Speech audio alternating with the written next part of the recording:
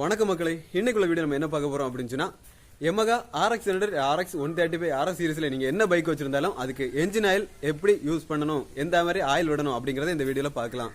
நிறைய பேர் Yamaha RX RX சீரிஸ்ல bike வச்சிருந்தா என்ஜின் அப்படின்னா பெட்ரோல் கூட ஆயில் மிஸ் பண்றோம். ஸோ என்ஜின் ஆயில் எல்லாம் தேவையில்லை அப்படின்னு தாட்டு நிறைய பேருக்கு இருக்கலாம். ஸ்டார்டிங்ல எல்லாம் எனக்கு சின்ன அப்படின்னா முன்னாடி எல்லாம் எனக்கும் அந்த தாட்டு இருந்திருக்கு. ஆனா என்ஜின் ஆயில் விடுறது தான் நம்ம கியர் சாப்டோட கியர் ரொம்ப ஈஸியா இருக்கும். அந்த இன்ஜின் பெர்ஃபார்மன்ஸ் ரொம்ப நல்லா இருக்கும்.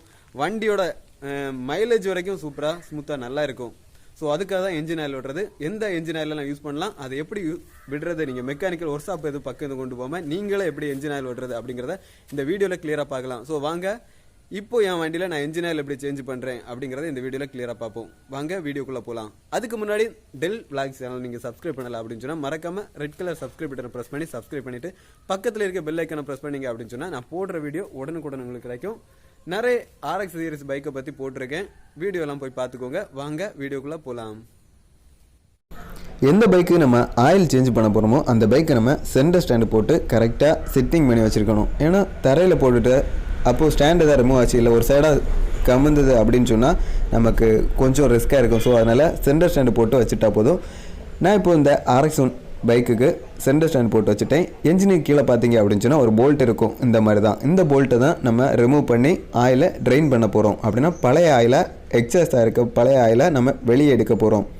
ஜஸ்ட் இந்த ஆயிலில் இந்த போல்ட்டை நம்ம 14 நம்பர் ரிங் ஸ்பேனர் யூஸ் பண்ணி ஜஸ்ட்டு லூஸ் பண்ணிட்டா போதும். ஜஸ்ட்டு 17 நம்பர் ரிங் ஸ்பேனர் வச்சு அதை ஓப்பன் பண்ணிட்டா போதும். ஆயில் வெளியில் வந்துடும், பார்த்துக்கோங்க. எல்லாமே வீடியோவில் தெரிகிற மாதிரி பார்த்து கிளியராக ஒழுங்காக பண்ணிக்கோங்க.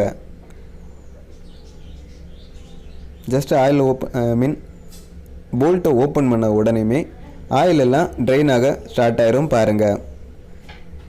கீழே ஒரு டப்பா வச்சு நான் ஆயிலை மொத்தம் எடுத்துக்கிறேன். ஏன்னா வேஸ்ட்டாக போகிறதுனால நான் பிடிச்சி எடுத்துக்கிறேன். இந்த ஆயில் நமக்கு பின்னாடி ரொம்ப யூஸ் ஆகும். நான் வேற ஒரு வீடியோவில் வச்சுருக்கேன், ரெஸ்ட் இல்லாமல் பார்க்கணும் அப்படின்னு சொன்னால் கூட ஆயில் வச்சு தான் நம்ம யூஸ் பண்ணுறோம். ஸோ அதுக்காக யூஸ் பண்ணலாம். அந்த போல்ட்டை நம்ம கலத்தி பத்திரமா வச்சுருக்கணும். இனி அப்புறமா என்ன பண்ணணும் அப்படின்னு சொன்னால் ஒரு பிளேயர் மட்டும் எடுத்துக்கோங்க. எடுத்துகிட்டு ரைட் சைடு அப்படின்னா வண்டியோட கிக்கர் இருக்க பக்கத்தில் ஓப்பன் பண்ணுற மாதிரி ஒன்று இருக்கும். அது ஜஸ்ட் நீங்கள் ஓப்பன் பண்ணிட்டா போதும். பிளேயர் யூஸ் பண்ணி லூஸ் பண்ணிட்டா போதும், ஓப்பன் ஆயிரும். இது எதுக்குன்னா ஆயில் இன்லெட் கொடுக்குற இடமாக்கும். ஆயில் விடுற இடம் இது தானே. ஸோ இதை நீங்கள் ஜஸ்ட்டு திறந்து வச்சுட்டா போதும். வச்சுட்டு ஆயில் உள்ளாடி விட்டுட்டா போதும். இதுலேயே நம்ம ஆயில் லெவல் கால்குலேட் பண்ணுறதுக்கான இதெல்லாம் இருக்கும்.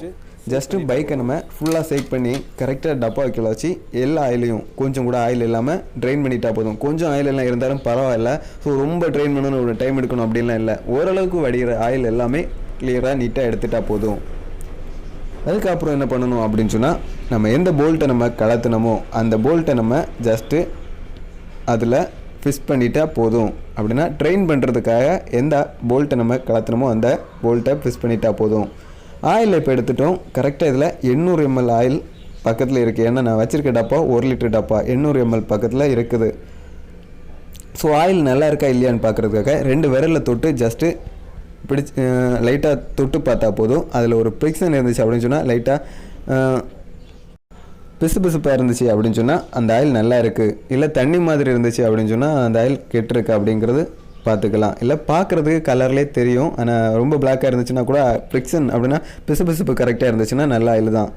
ஸோ அப்புறம் அந்த போல்ட்டை நம்ம நீட்டாக க்ளீன் பண்ணிவிட்டு அதில் கொஞ்சம் டெஃப்லான் சுற்றி மாட்டுறது தான் ரொம்ப வசதி. ஏன்னா புதிய பைக்கெல்லாம்னா சடனாக மாட்டிட்டா போதும், எந்த லீக் எதுவும் இருக்காது. நம்ம பழைய பைக் வச்சுருக்கனால ஜஸ்ட்டு லைட்டாக ஒரு டெஃப்லான் போட்டு அந்த போல்ட்டை நம்ம மாட்டிட்டா சின்ன லீக்கு இல்லை எதுவுமே வராமல் இருக்கும். ஸோ அதுக்காக நம்ம லைட்டாக டெஃப்லான் போட்டு மாட்டிக்கிறோம். இது ஃபஸ்ட் டைம் மாட்டிக்கணும். ஏன்னா ஆயிலெல்லாம் விட்ட பிறகு இந்த போல்ட்டை ஆயில் லீக் ஆகுது அப்படிங்கிறதுக்காக அந்த போல்ட்டை ரிமூவ் பண்ணிவிட்டு டெஃப்லான்லாம் போட்டு திரும்ப மாட்டுறதுக்கு ரொம்ப ரிஸ்க்கு.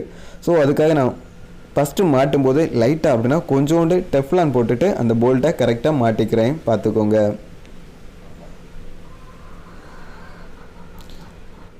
டெஃப்லான் போட்டுட்டு அந்த போல்ட்டை ஜஸ்ட்டு எந்த ட்ரெயின் பண்ண கலத்தினமோ அதே இடத்துல கரெக்டாக மாட்டிட்டா போதும். ரொம்ப டைட்டாக மாட்டிட்டேன்.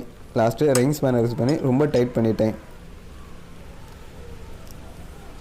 இவ்வளோ பண்ணிட்டோம் அப்படின்னு சொன்னால் ஒரு வேலை அப்படின்னா ஆயிலை ட்ரைன் பண்ணிட்டோம். இனி என்ன ஆயில் யூஸ் பண்ணுறோம் அப்படின்னு சொன்னால் விடாலோட ஆயில் தான் யூஸ் பண்ணுறோம். ஏன்னா எமகாவோட ஆயில் இருக்குது, எமாலிபோ அப்படின்னு கொடுக்குறது, அது கொஞ்சம் விட்டால் அந்த அளவு பெர்ஃபார்மன்ஸ் நல்லா இல்லை. நான் முன்னாடி வச்சுருந்தது அந்த ஆயில் தான். ஸோ இப்போது விடால் தான் சேஞ்ச் பண்ணியிருக்கேன். விடால் நல்லா இருக்கும் அப்படின்னு ஃப்ரெண்டு சஜஸ்ட் பண்ணாங்க.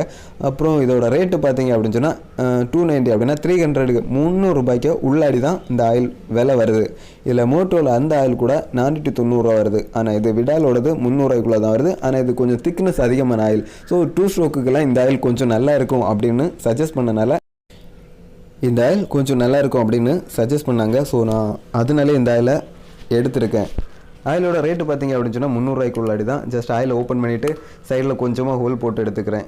ஏன்னா இது ஆயிலோட குவான்டிட்டி பார்த்தீங்க அப்படின்னு சொன்னால் 1 லிட்டர் வருது. நமக்கு 650 மில்லி தான் அப்படின்னா 650 மில்லி தான் நமக்கு என்ஜினோட கெப்பாசிட்டி. ஸோ அந்த அளவுக்கு ஆயில் விட்டால் போதும். அதிகமாக ஆயில் விட்டாச்சுன்னா என்ன ஆகும் அப்படின்னு சொன்னால் ஆயில் சீல் வந்து லீக் ஆகிறதுக்கு சான்சஸ் இருக்குது. ஸோ ஆயில் கேனில் பார்த்தீங்கன்னா சைட்லேயே அளவு கொடுத்துருப்பாங்க, எல்லா ஆயில்லையும் கொடுத்துருப்பாங்க.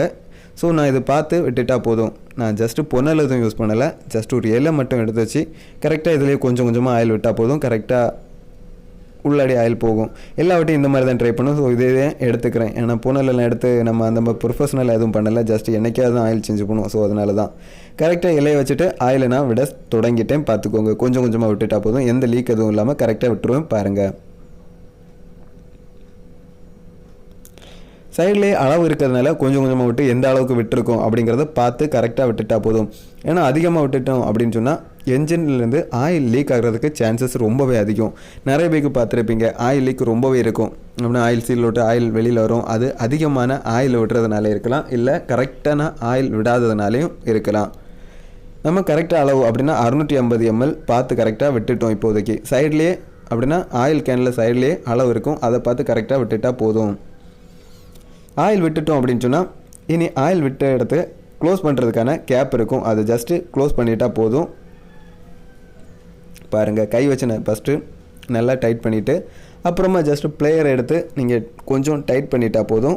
ஆயில் விட்டதுக்கு அப்புறம் கிளியர் ஆயிரும். இதில் நம்ம டெஃப்லான் டைப் எதுவும் போடுறதுக்கு அவசியம் இல்லை. ஏன்னா இதில் லீக் ஆகாது. அப்படி ஏதாவது லீக் வந்துச்சுன்னா அப்புறம் கூட கலத்திட்டு டெஃப்லான் போட்டு டைட் பண்ணிக்கலாம்.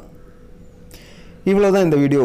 உங்களுக்கு ஒரு பயனுள்ள வீடியோ இருக்கும் அப்படின்னு நம்புகிறேன். இருந்துச்சு அப்படின்னு சொன்னால் மறக்காமல் டெல் பிளாக் சேனலை சப்ஸ்கிரைப் பண்ணுங்கள். அடுத்த வீடியோவில் மீண்டும் சந்திப்போம். நன்றி.